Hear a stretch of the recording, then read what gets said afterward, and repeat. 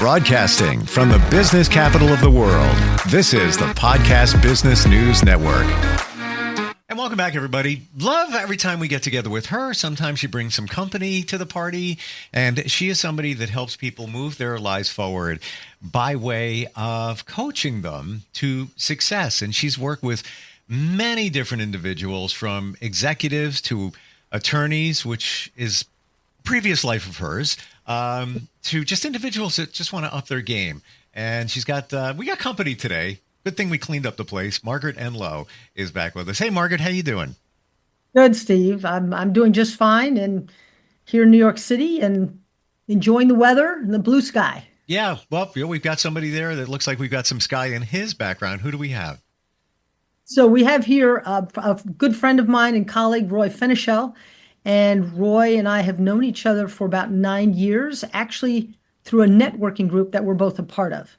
And so in that capacity, he and I, Roy, you and I have talked about all sorts of things over the years, right? Exactly. Wide-ranging discussions.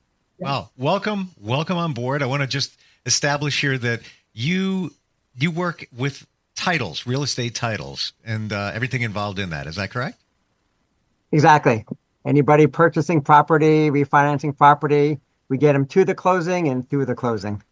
I'm going to say that you're one of the most important people in the room, because if there's any issues with the title or any kind of the records, it stops right there. Have you been Exactly. Have you been in those situations? I'm just kind of curious. Been at closings before, and no major title issues, but they have arose just before. Have you ever been at closing where something came up, or everything is all set up before you even get in there?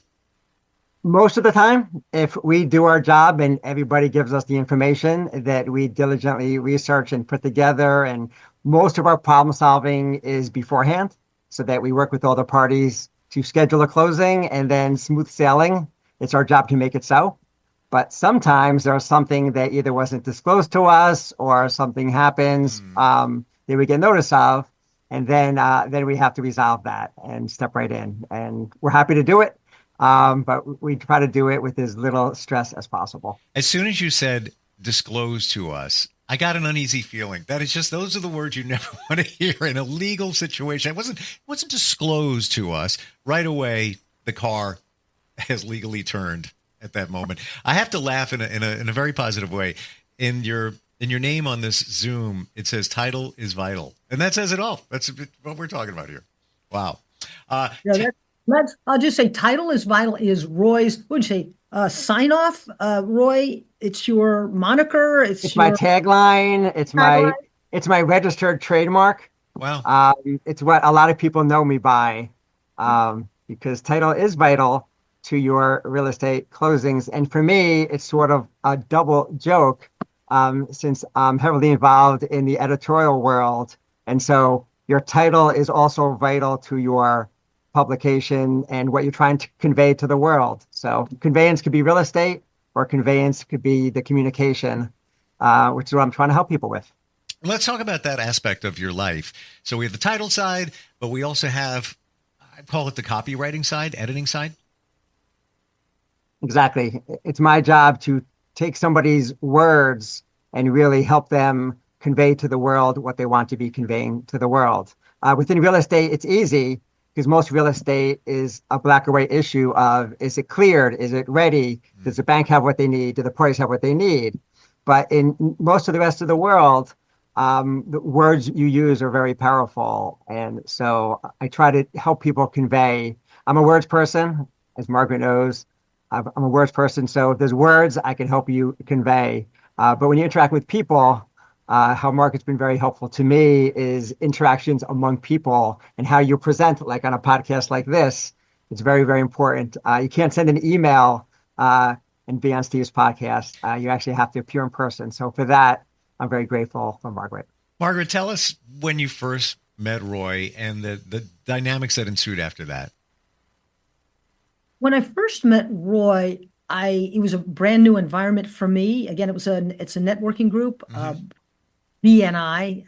Some people watching this podcast may have heard of it. We're in Chapter 1 in Manhattan. We meet every week, Wednesday mornings at 7 a.m. So it's early. And By the way, side note, don't mean to cut you off. I'm in the process of joining one of those groups based on a suggestion of a colleague, and went to a couple of they have like events where it's at a different location, and they just they welcome others. Just a good vibe. And it's so funny. I haven't been in a meeting at 7:00 in the morning since I was doing morning radio. Like I stopped like 4 years ago. I was like, oh, this is what goes on at 7 a.m. So yeah, but there's a reason, because you want to, you got a day ahead of you, and you want to make the most of it. So I'm aware of BNI. Yep. Exactly. Yeah. Our meetings do end so that everybody can pretty much go to their work and have their full day. Sure. But with Roy, just back to your question, it was a very new environment for me coming out of PricewaterhouseCoopers as one of their attorneys to a networking environment where I'm trying to sell my services in a good way for coaching. And Roy is the president of our chapter and is very welcoming, friendly, easy to talk to. And so when I had questions, which I did, I would go to Roy, and there were one or two others I would go to as well. And Roy would very patiently, kindly answer my questions about, what do I do when I stand up and I talk about my 30-second commercial about coaching? Something I had never, ever done before. What are some of the people I should maybe interact with on a one-to-one basis in the next few weeks? So that's how Roy and I got to talking. And then on from there, as Roy said earlier, many other discussions on a huge variety of things. And then there are, of course, social events as well, where we just hang together. I look at both of you, and I'm getting a thought here. I see the two of you at that BNI meeting and explaining what you do. And again, to call it the elevator speech, you got 30 seconds. And I'm wondering, based on your tagline there, Roy, I got to believe that when you have the opportunity to address people, you probably end every moment, like call it 30 seconds or whatever it might be, and say, and by the way, everybody, title is vital. Am I right in saying that? Do you roll with that almost every time? Great question.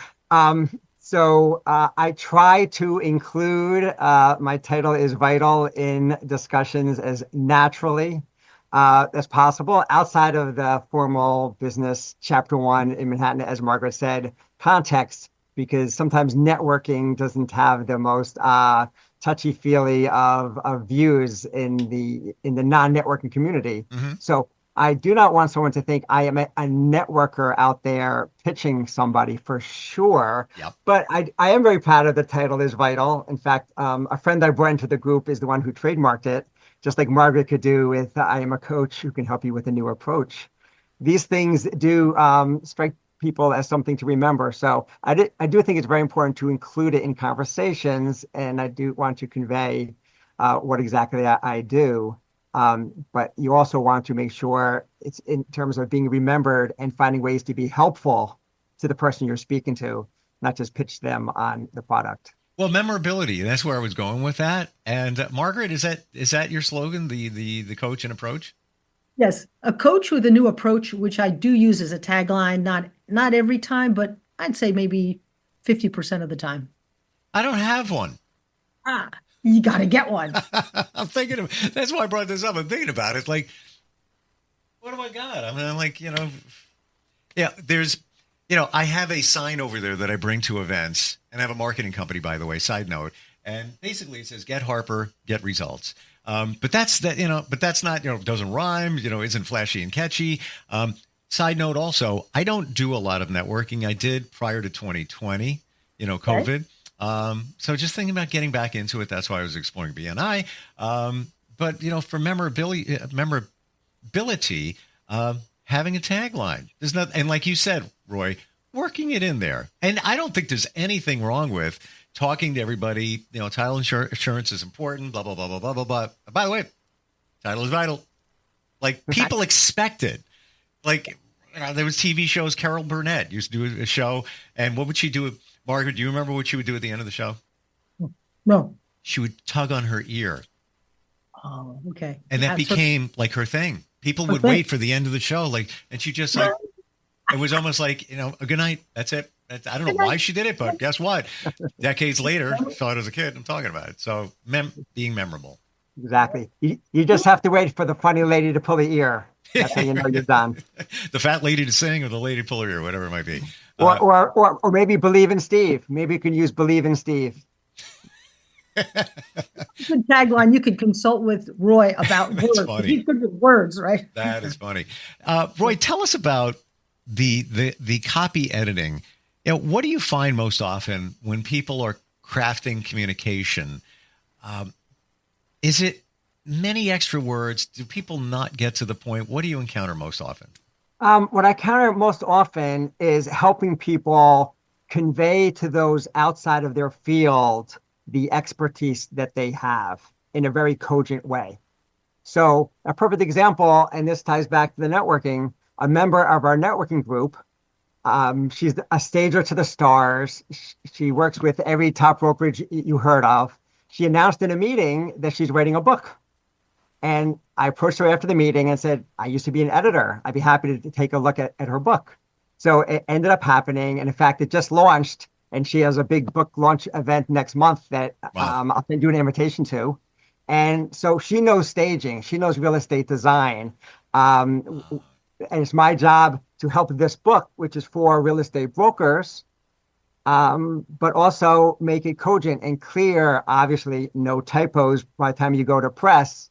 And so to clean up all that and also make sure it says what she wants it to say for the experts in real estate, but also for you and I and Margaret, anyone who wants to design a space to make it clear for that reader as well. And that's really my specialty, expertise in breaking it down in ways that make sense and no typos. So we've got her book. I'm the worst person at proofreading, by the way. I'll call you. I really am. I miss things. And it's always been said, you should never proof your own stuff. If you're a writer, don't ever be the proofreader of your own manuscript.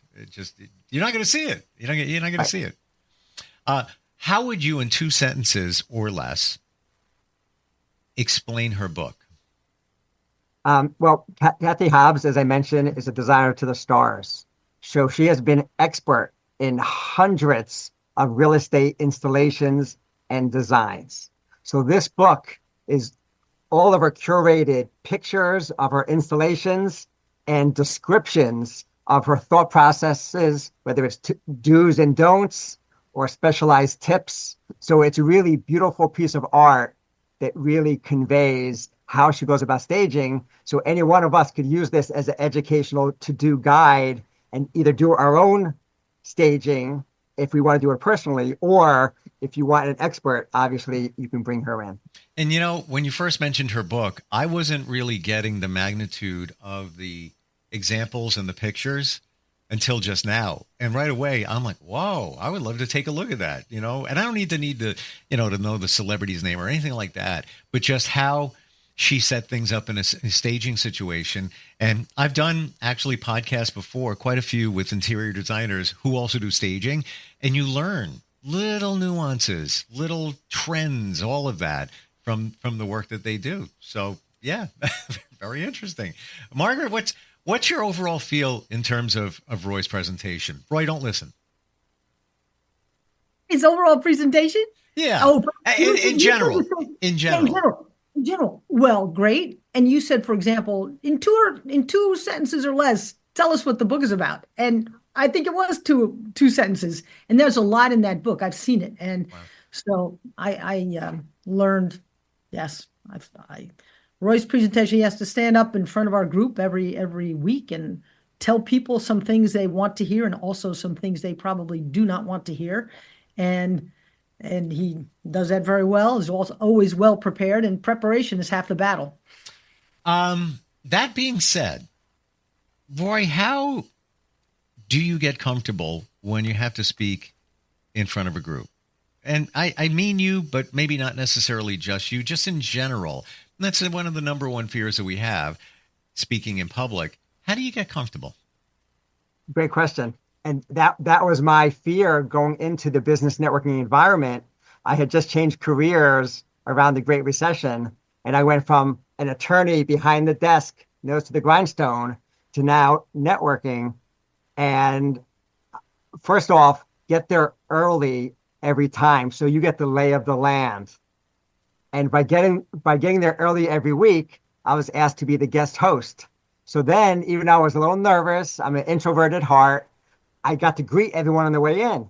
So now when I get up to do my pitch, I had already met every member and every guest, at least briefly, so it was more comfortable. Then when I was asked to be at the front of the room to run the meeting, Margaret was very helpful for me to get comfortable in that environment where I'm now presenting to the group. And she's always smiling and she's always supportive. And so she would give me little tips here and there how I can engage with the room a little better. So I think it's meeting everyone beforehand is very, very helpful. Getting there early is very, very helpful. And knowing about what you want to be saying and listening to everybody. And people love to be listened to. And then over time, I got a little more comfortable. That is the best piece of advice I think I've ever heard about public speaking. That's great. Seriously. And getting there early, it pays so many dividends, because what are we afraid of in public speaking? It's a room full of strangers. I don't know who these people are. You kind of know them because you saw them a half hour before or whatever as they came in. And now you have a safety net. For example, something comes up. You've already talked to Jimmy, whatever. And then you could say, look at Jimmy's tie today. Put the focus on somebody else for a moment. Where'd you get that tie, Jimmy? You already know his answer because you engaged him before the meeting and said, man, cool tie. Where'd you get it? So you bring others into it, but you wouldn't know that unless you showed up early. I noticed Roy has had in the past a little habit of, with a pencil, flicking it on the table in front of him. So I pointed out to you one time, Roy. It's a very visual thing, and you said you weren't aware of it. So much less of the tapping on the table right now. Wow. Yeah, these are the things that a coach picks up. I wouldn't have even said anything. I wouldn't have even noticed it. But you know what? Let's be honest. It can be a little distracting. It can be, your attention. Why is he doing that? What's going on there? What are some of the other things that you might suggest, Margaret? Not just Roy in general, but even just public speaking. Any thoughts there too? 3 deep breaths before you're going to speak. Of course, it's much easier, and Roy doesn't have this available to him, is having a PowerPoint that you've prepared with. It's often helpful as well, Steve. You're talking to a room of people, let's say, to focus on 1 or 2 in the back of the room. Just lock your eyes on those people. And it's a little unnerving to do that because they say, oh, they're going to think I'm staring at them. But by doing that, it has the impact on other people that you're encompassing the whole room much more with more direct eye contact. If you focus on a few people in the back of the room and look at them, again, not so easy to do. And then it's also just remembering that pace is important when we talk amongst our friends. You can maybe talk fast, a little slowly. In a presentation, you want to make sure they're hearing the words that you say at a pace that they can pick up on. And sometimes, let's say if you're talking with a room full of lawyers tend to talk a little more quickly. And my sister's always telling me I talk too fast. You're a New Yorker, but anyway. Yes, I'm a New Yorker too. If you're talking to a room of, let's say, consultants, it might be a different pace. But again, I come back to preparation is key to feeling confident walking into the room. And if you have that level of confidence, then when you start speaking, and again, it's that first minute or 2, and then you get beyond that, then you can start relaxing and saying what you had to say. I love that thought too about focusing on the back of the room, because if you want to focus on something, right? If it's in the front of the room, it's obvious that you're not looking at everybody else. But if you hit the people in the back, nobody knows if you're in the 3rd row that you're not looking at them. And of course you can glance around, but your home base is the 2 people in the back of the room. Nobody's going to know that you're just looking at them. Yeah, I think that's a great tip. Exactly. Especially now we have a lot of members, and so it's a long room, and so therefore you are covering the room. And I think Margaret, it reminded me of something she said to me at the front end. Being engaging is so important when you're speaking, almost as much as what you're saying. I'm an editor, so it's all about the words. and the reader is reading at their own pace. But when Margaret told me to make sure I'm engaging, look at her, look at somebody else, the engaging is a big difference between the written word, which I'm very comfortable with. It's just about the words, and being a more powerful speaker in front of the room, which has really helped me engage, not just with the content of what I'm saying, but making sure I'm engaging with the actual real life people, just like here on the Zoom, to make sure I'm focusing. Don't they do at BNI I don't know what it's called, but you have to visit a business or few of other members, and then you need to deliver what they're all about. Do they do that in that chapter? Not like for example, you may be assigned to visit Margaret's business, or just meet with her and find out what she does, and then you, Roy, would do her commercial. That's what they told me at this other chapter, and actually, the colleague that I mentioned, they called him up. It's like, all right, Jimmy's got a moving and storage company. I don't know who Jimmy is, but anyway, and he had to talk about him, and perfectly delivered as if he knew this person all of his life. But he went there and did the research. Like you said, preparation is everything. He probably delivered it better than the man could himself. It was a kind of a cool experience. I think that's a great idea. We used to do a hot seat where somebody would be randomly chosen to give someone else's commercial, or to do it like a holiday party thing. One year we did, everybody was assigned secretly another person's commercial.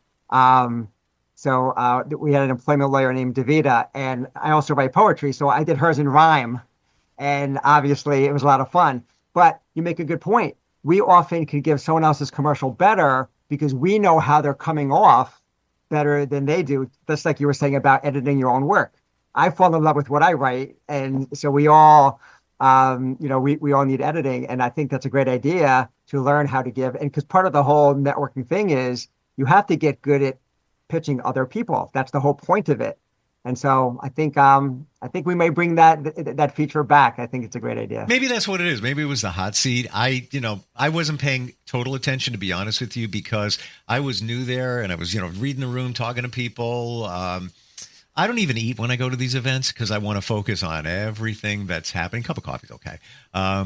Fascinating talking about this today with both of you. We had no idea the direction we were going in. And we went everywhere from editing to taglines to even public speaking. You never know.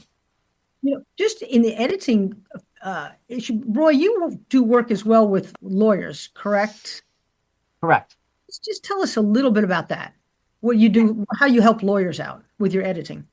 Yeah, absolutely. It kind of combines my two prior careers, editorial and legal. So attorneys who know I'm a wordsmith, they'll often come to me and have me review their legal briefs or some argument they're making before the court, because I'm both a lawyer and I could be a third-party objective. I'm not steeped in it as they are, because the whole point in the legal world is that judge, or usually the clerk of the judge, is spending a very little time reading these papers. And so you really have to get to the point and make the right arguments, but not leave out any detail. And that's sort of my editorial strength, of taking something that's being made and really honing in to what's the salient points. And so I enjoy doing it. I think it's very helpful for them as well. So I've been able to combine two avocations into something that's really what really drew me to the law in the first place, of the power of using words to really fight for something, to advocate for something. So I feel like the more I could do that, the better the communities that I'm in are. And I think lawyers could be a respected profession instead of a besmirched. Well, it's interesting. I just had this conversation with an attorney, and I'm fully transparent, not even more than 30 minutes ago, about the judge's attention span. And you have to get to the point. KISS. Keep it simple, stupid. And that is fantastic. What your expertise there, because you have, or the clerk, and the clerk a lot of times doing more than the judge. No disrespect, but it kind of turns out that way, because they're managing everybody, moving them through. But yeah, it's so true. Just, they don't understand everything. You need to make them understand it in as short as time possible. Isn't it interesting that here we are 2025, all this technology, everything we got going on, we've advanced so much, and it just comes back to the same thing. Words. Words. Yeah, Isn't it amazing that it still comes back to the same thing? And everything we do, whether it's social media, whatever, technology is always connected to words. They're so powerful. You've picked the right ones. You made such an impression. Exactly. AI is a lot about words, putting the right words together with the ability to research huge volumes of material. Right. All right. Final thought. We're out of time, but thank you for bringing that up, Margaret. Roy, AI, your thoughts. It's an important tool, but just like Steve Jobs said decades ago, you cannot let computers make any final decisions because you can't hold a computer accountable. And the whole legal editorial profession, just like, as Shakespeare said, when King Henry VI is trying to prevent people from doing what they need to do, why do you say kill all the lawyers? Well, it's actually a positive for lawyers. It's saying you need lawyers. I would add editors in that and journalists in order to protect and advocate. And so we need them around no matter how many computers we have making our jobs easier. Awesome. Thank you both for being here today. Margaret, you're reachable on the coaching level by your website, and that's your name. That simply Margaret Enloe, correct? MargaretEnloe.com. Correct. Awesome. Roy, how do we find you? Anyway, LinkedIn's great. If you just Google Roy Fenichel, title is vital. I'll come up. Either my business group will come up or any of the many things that I have going on coming up. And I'm always happy to help. I wanted to end with title is vital, but you beat me to it. Thank you both for being here today. Learned a lot. Good stuff, and I appreciate it. Thanks, Steve. Thank you, Roy. Great. Thank you for the conversation. Be right back. Bye-bye.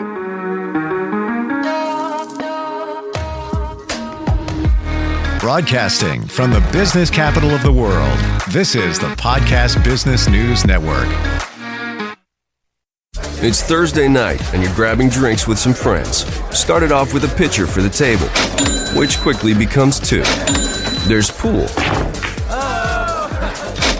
And there's the photo booth. All right, everybody squeeze in. Say cheese! Followed naturally by an order of wings. And another. Can we get some extra ranch sauce? Then there's the ceremonial nightcap. So what are we doing this weekend? And lastly, it's back to the car, which, if you're buzzed,